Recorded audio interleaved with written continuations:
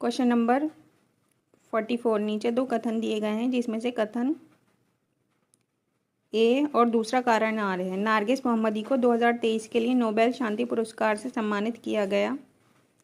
वे press की स्वतंत्रता के पक्ष में लड़ती हैं।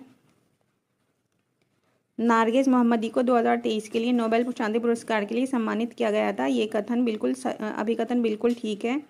नारगिस मोहम्मदी मानव अधिकार के लिए काम करती हैं और ये ईरान की नागरिक हैं और ये कई बार मानव अधिकारों के लिए जेल में भी गई हैं।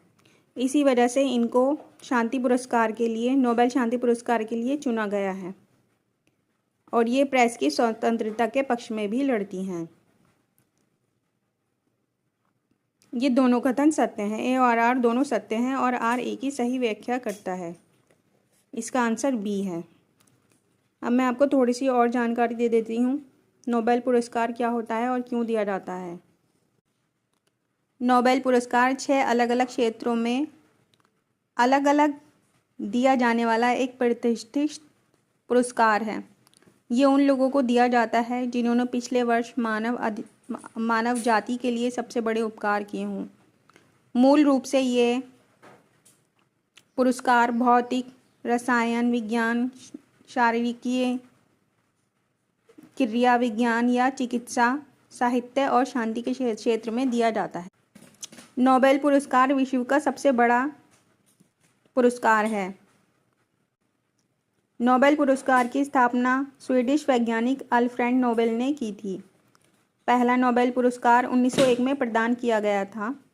नोबेल पुरस्कार को दुनिया भर में सबसे प्रतिष्ठित पुरस्कार माना जाता है। प्रत्येक श्रेणी में विजेताओं को एक डिप्लोमा, स्वर्ण पदक और एक नकद पुरस्कार दिया जाता है। नोबेल पुरस्कार हर साल 10 दिसंबर को स्वीडन में प्रदान किए जाते हैं।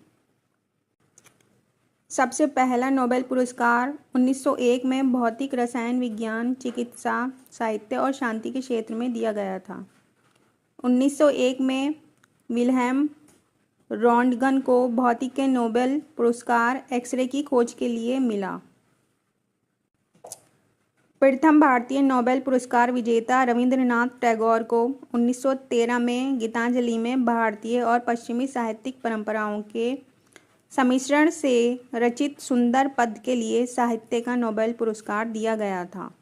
ये रही नोबेल पुरस्कार के बारे में बहुत ही इम्पॉर्टेंट जानकारी। वीडियो को 1-2 बार देखें और पॉइंट को नोट करें।